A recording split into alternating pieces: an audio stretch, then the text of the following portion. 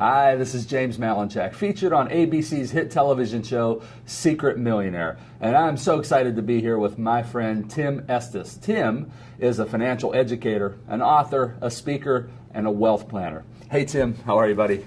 Good to be here, James. I'm glad Appreciate to you have having me. Thanks for being here. So Tim, let's dive right into it. Who exactly do you work with? Who's your ideal type of client?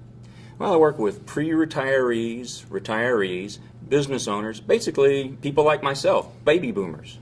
And when you're working with these folks, what have you found that they really want? People are afraid. People are scared.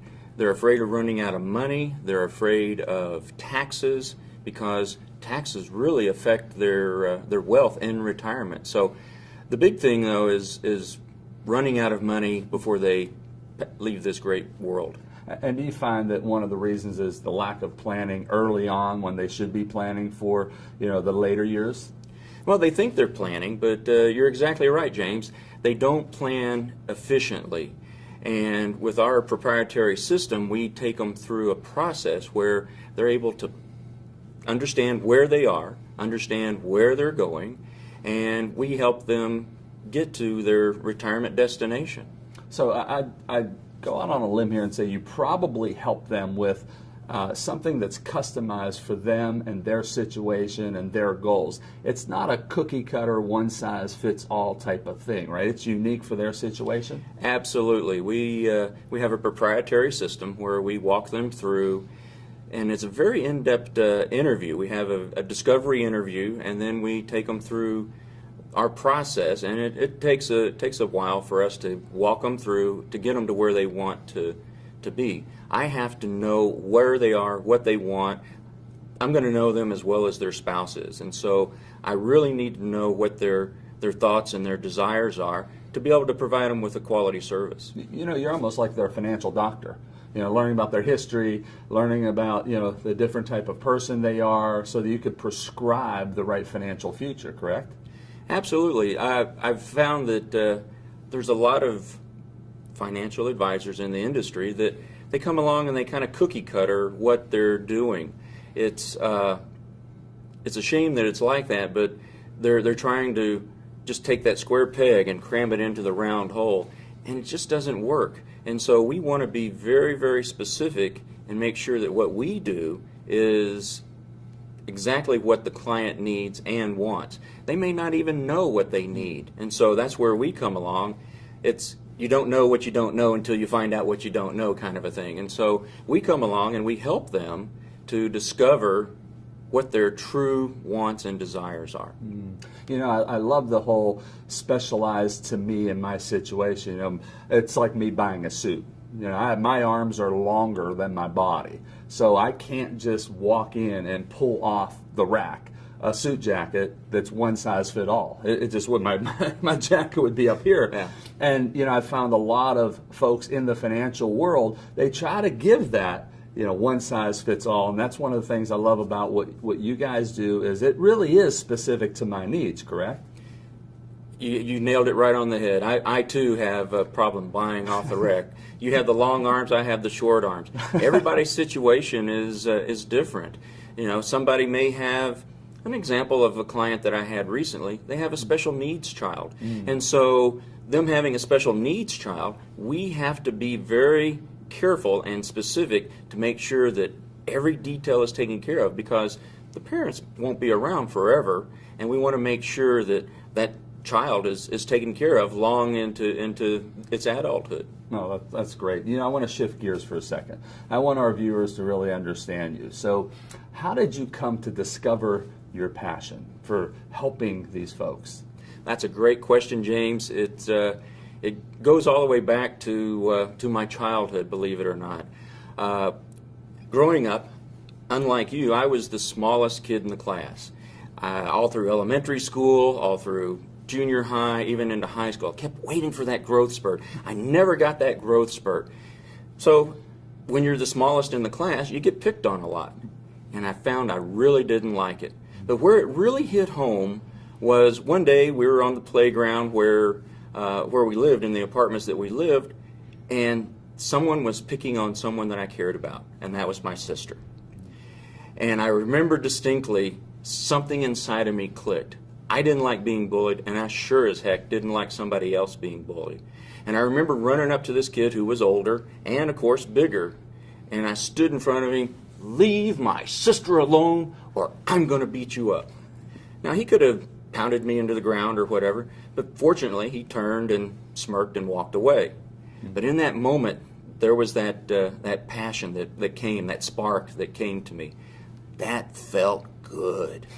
I wanted to protect.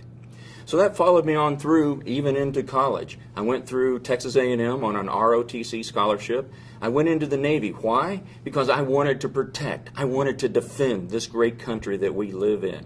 So as a Navy fighter pilot, that's what I did. I was a Navy fighter pilot defending this country and protecting it. I am a protector. Now, after my tour was up, I went to work for American Airlines. And that same passion for protecting followed me through. I wanted to protect my passengers from point A to point B. And that's what I did for 29 years.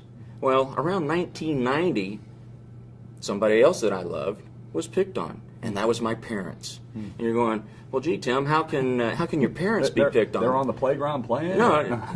What happened was they were picked on and they were taken advantage of by a financial advisor. He took that square peg and pounded it into a round hole, and it was the wrong product for the wrong people. And it was so financially devastating that to this day, my dad, my 93-year-old father, part of the greatest generation, lives in a FEMA trailer. Now, I've offered to have him move in with us. I've offered to buy him a place. I've offered to get him into a house or whatever, but he's a proud man. He's part of that greatest generation.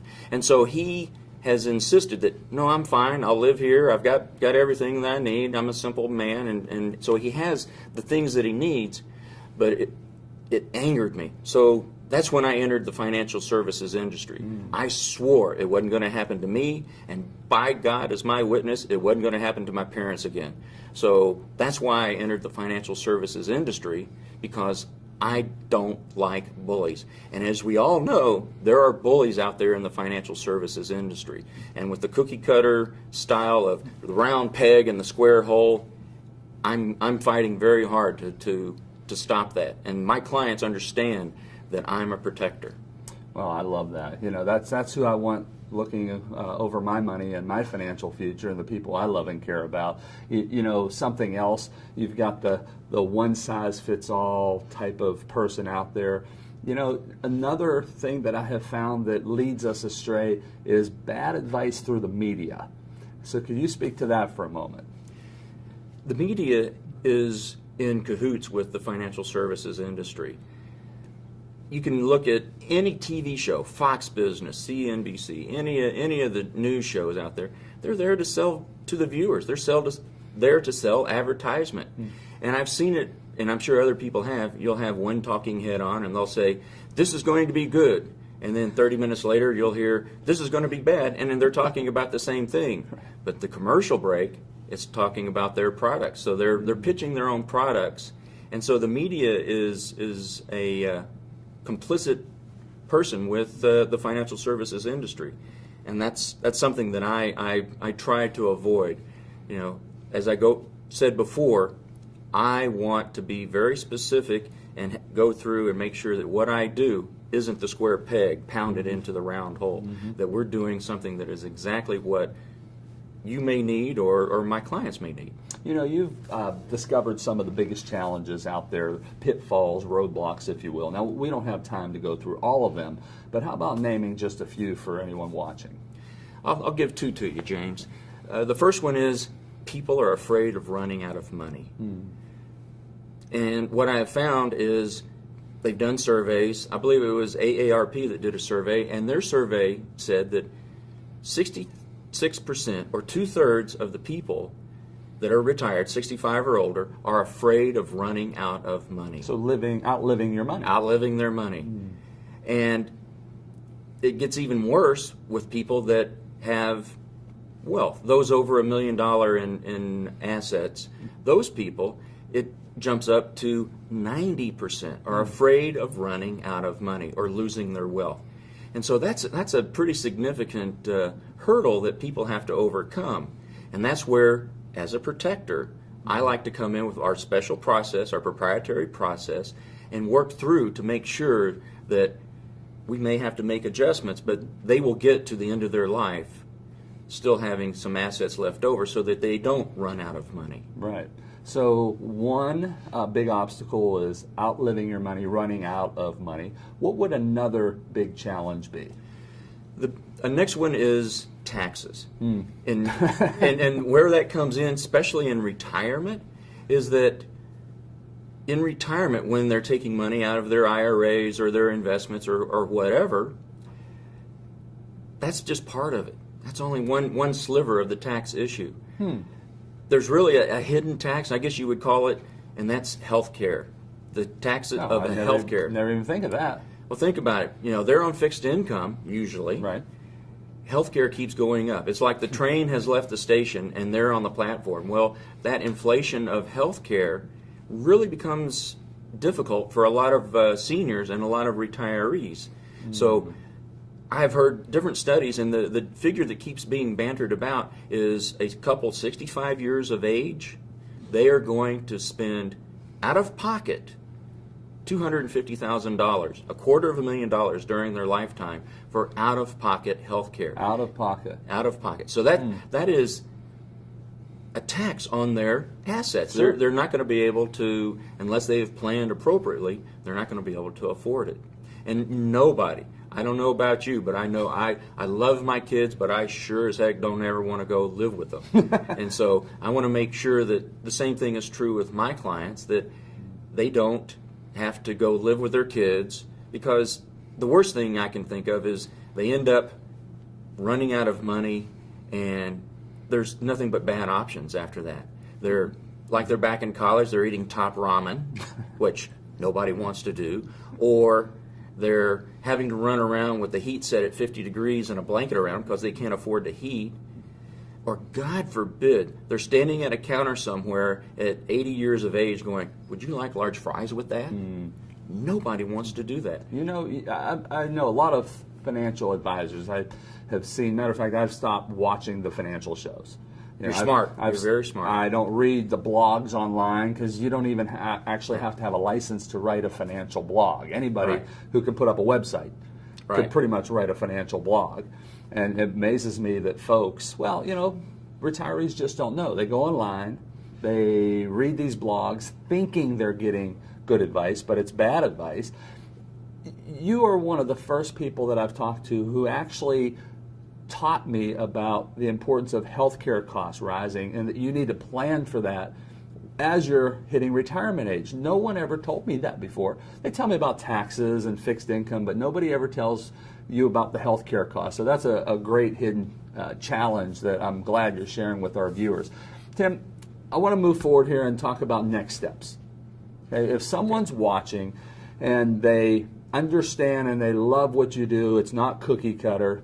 It's one, you know, you're going to make it specific for their situation. You're going to inform them of the roadblocks and the challenges and a lot of the hidden ones.